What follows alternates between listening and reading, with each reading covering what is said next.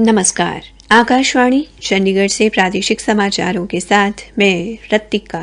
पहले इस बुलेटिन के मुख्य समाचार। लोकसभा ने विद्युत संशोधन विधेयक संसद की स्थायी समिति को भेजने की सिफारिश की।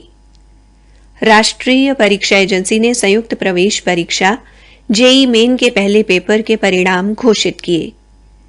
हरियाणा विधानसभा का मानसून सत्र शुरू हुआ। सदन में आज पहले दिन दिवंगत आत्माओं को श्रद्धांजलि दी गई।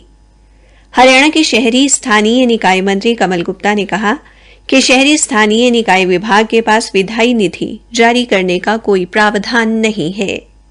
और हरियाणा के मुख्य सचिव संजीव कौशल ने आज चंडीगढ़ में झंडा बिक्री केंद्र का उद्घाटन किया। अब समाचार विस्तार से। लोकसभा ने विद्युत संशोधन विधेयक 2022 संसद की स्थायी समिति को भेजने की सिफारिश की है। केंद्रीय बिजली मंत्री आर.के. सिंह ने विपक्ष के हंगामे के बीच यह विधेयक सदन में पेश किया और उसे विचार के लिए स्थायी समिति के पास भेजने पर सहमति व्यक्त की। बिजली संशोधन विधेयक में अन्य वितरण लाइसेंसधारियों के नेटवर्क के उपयोग की अनुमति देकर बिजली के खुदरा वितरण में प्रतिस्पर्धी बनाने का प्रावधान है। विपक्षी दलों के सदस्यों ने इस विधेयक का विरोध करते हुए आरोप लगाया कि केंद्र सरकार समवर्ती सूची में राज्यों को सौंपे गए अधिकारों का अतिक्रमण कर रही है। कांग्रेस सांसद मनीष तिवाड़ी ने इसे राज्यों को काफी हद तक कमजोर करने वाला विधेयक करार दिया। बिजली मंत्री ने कहा कि सदस्यों द्वारा उठाई गई सभी चिंताओं पर स्थायी समिति में चर्चा की जाएगी। इस पर विपक्षी सदस्यों ने विरोध करते हुए नारेबाजी शुरू कर दी और इसे स्थायी समिति को भेजने के मुद्दे पर मत विभाजन की मांग की। लोकसभा अध्यक्ष ओम बिरला ने नारेबाजी के बीच ध्वनि मत से यह विधेयक स्थायी समिति को भेजने की सिफारिश की। प्रधानमंत्री नरेंद्र मोदी ने कहा कि राज्यसभा के सभापति एम वेंकैया नायडू की नेतृत्व क्षमता एवं अनुशासन की बदौलत राज्यसभा ने नई ऊंचाइयां हासिल की हैं। राज्यसभा में श्री नायडू को विदाई देते हुए प्रधानमंत्री ने कहा कि उनके कार्यकाल में ऊपरी सदन के कार्य निष्पादन में 70% वृद्धि हुई। उन्होंने कहा कि इस दौरान सदन में 177 विधेयक पारित हुए अथवा उन पर बहस हुई। प्रधानमंत्री ने कहा कि युवा वर्ग, समाज, राष्ट्र एवं लोकतंत्र संबंधी श्री नायडू के अनुभवों से लाभ उठा सकता है। उन्होंने कहा कि भारत इस वर्ष ऐसा स्वतंत्रता दिवस मना रहा है जब देश के राष्ट्रपति, उपराष्ट्रपति, लोकसभा अध्यक्ष एवं प्रधानमंत्री सभी स्वतंत्र भारत में पैदा हुए हैं और सामान्य पृष्ठभूमि से संबंध रखते हैं। प्रधानमंत्री ने कहा कि श्री नायडू ने राज्यसभा में मातृभाषाओं को बढ़ावा देने के विशेष प्रयास किए। उन्होंने कहा कि श्री नायडू की धरोहर एवं उनके द्वारा स्थापित मानकों से सदन के सदस्यों को हमेशा प्रेरणा मिलेगी।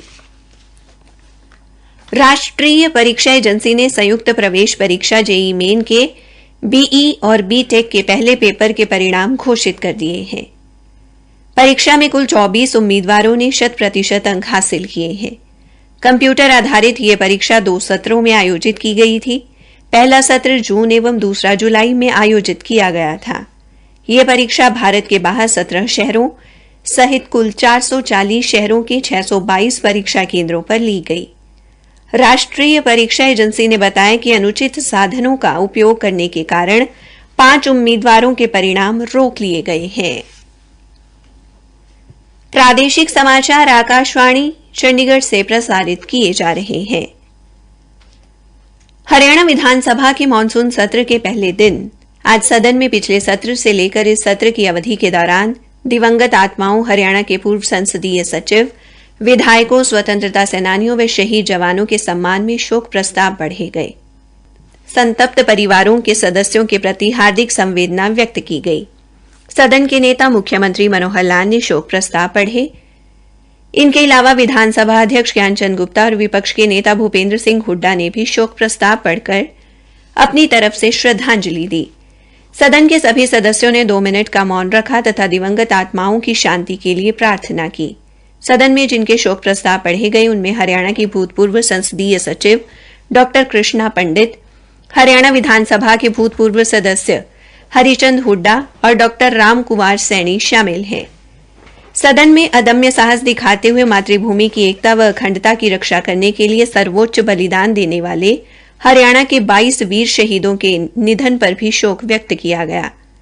इसके अलावा सदन में 19 जुलाई को नूंह जिले में अवैध खनन रोकने की कार्रवाई के दौरान मारे गए हरियाणा पुलिस के उप अधीक्षक सुरेंद्र सिंह के दुखद एवं असामयिक निधन पर गहरा शोक प्रकट किया गया और दिवंगत के शोक संतप्त परिवार के सदस्यों के प्रति हार्दिक संवेदना प्रकट की गई। हरियाणा के चिकित्सा शिक्षा एवं अनुसंधान मंत्री अनिल विज ने बताया कि जिला पलवल में राजकीय चिकित्सा महाविद्यालय स्थापित करने के लिए हरियाणा शहरी विकास प्राधिकरण और पंचायतों से कुछ भूमि प्रस्ताव प्राप्त हुए हैं, जो विभाग के पास विचाराधीन है। श्री विज आज चंडीगढ़ में हरियाणा विधानसभा के मानसून सत्र के दौरान एक विधायक द्वारा बजट सत्र 2022-23 के दौरान मुख्यमंत्री मनोहर लाल द्वारा पलवल में राजकीय चिकित्सा महाविद्यालय स्थापित करने में संबंध में की गई घोषणा पर अब तक की कार्रवाई बारे पूछे गए एक प्रश्न का उत्तर दे रहे थे। उन्होंने बताया कि मुख्यमंत्री ने इस वर्ष 16 जून को जींद राजकीय चिकित्सा महाविद्यालय परिसर में पैरामेडिकल महाविद्यालय खोलने की स्वीकृति प्रदान की है। उन्होंने बताया कि इसके लिए निर्माणाधीन चिकित्सा महाविद्यालय में भूमि की कमी के कारण जींद के उपायुक्त को पत्र लिखकर आगे की आवश्यक कार्रवाई के लिए उपयुक्त भूमि की पहचान करने को कहा गया है। उपायुक्त ऐसी जमीन की पहचान करने की प्रक्रिया में है। हरियाणा के शहरी स्थानीय निकाय मंत्री कमल गुप्ता ने कहा कि शहरी स्थानीय निकाय विभाग के पास विधायी निधि जारी करने का कोई प्रावधान नहीं है। श्री गुप्ता आज चंडीगढ़ में हरियाणा के मानसून सत्र के पहले दिन प्रश्नकाल के दौरान विधायक सुरेंद्र पवार द्वारा पूछे गए एक प्रश्न का उत्तर दे रहे थे। उन्होंने बताया कि सोनीपत विधानसभा निर्वाचन क्षेत्र में विधायक को 5 वर्ष के लिए 5 करोड़ रुपए दिए गए हैं। इसमें से 4 करोड़ 72 लाख रुपए की अनुमानित लागत के 23 विकास कार्यों पर लगभग 4.25 करोड़ रुपए खर्च किए जा चुके हैं। देश भर में 13 से 15 अगस्त तक मनाए जाने वाले हर घर तिरंगा अभियान के तहत हरियाणा के मुख्य सचिव संजीव कौशल ने आज चंडीगढ़ में झंडा बिक्री केंद्र का उद्घाटन किया।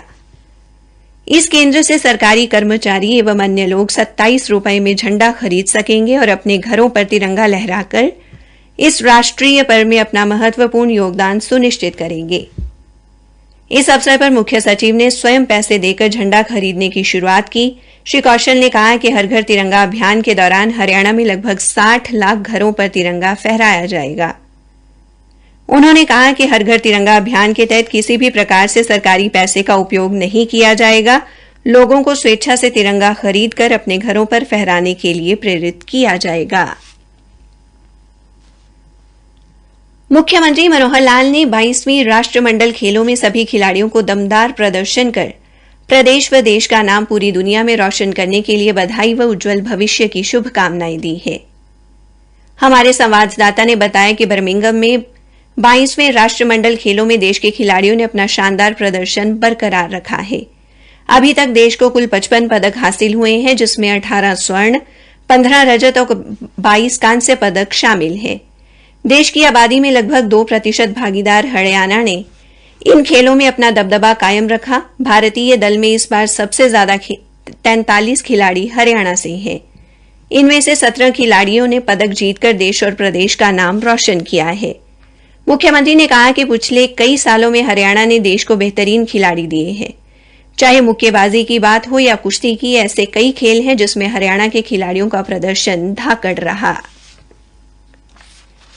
जींद में आज जिला जींद विभाजन विभीषिका समृद्धि दिवस आयोजन समिति ने एक श्रद्धांजलि सभा का आयोजन किया, जिसकी अध्यक्षता भारतीय जनता पार्टी के जिला अध्यक्ष राजकुमार राजू ने की। इस अवसर पर हांसी से विधायक विनोद भयाना और जींद से विधायक डॉक्टर कृष्ण मिड्डा मुख्य वक्ता के तौर पर उपस्थित रहे। अंत में मुख्य समाचार एक बार फिर। लोकसभा ने विद्युत संशोधन विधेयक संसद की स्थायी समिति को भेजने की सिफारिश की। राष्ट्रीय परीक्षा एजेंसी ने संयुक्त प्रवेश परीक्षा जेईई मेन के पहले पेपर के परिणाम घोषित किए। हरियाणा के शहरी स्थानीय निकाय मंत्री कमल गुप्ता ने कहा कि शहरी स्थानीय निकाय विभाग के पास विधायी निधि जारी करने का कोई प्रावधान नहीं है। इसी के साथ प्रादेशिक समाचार समाप्त हुए।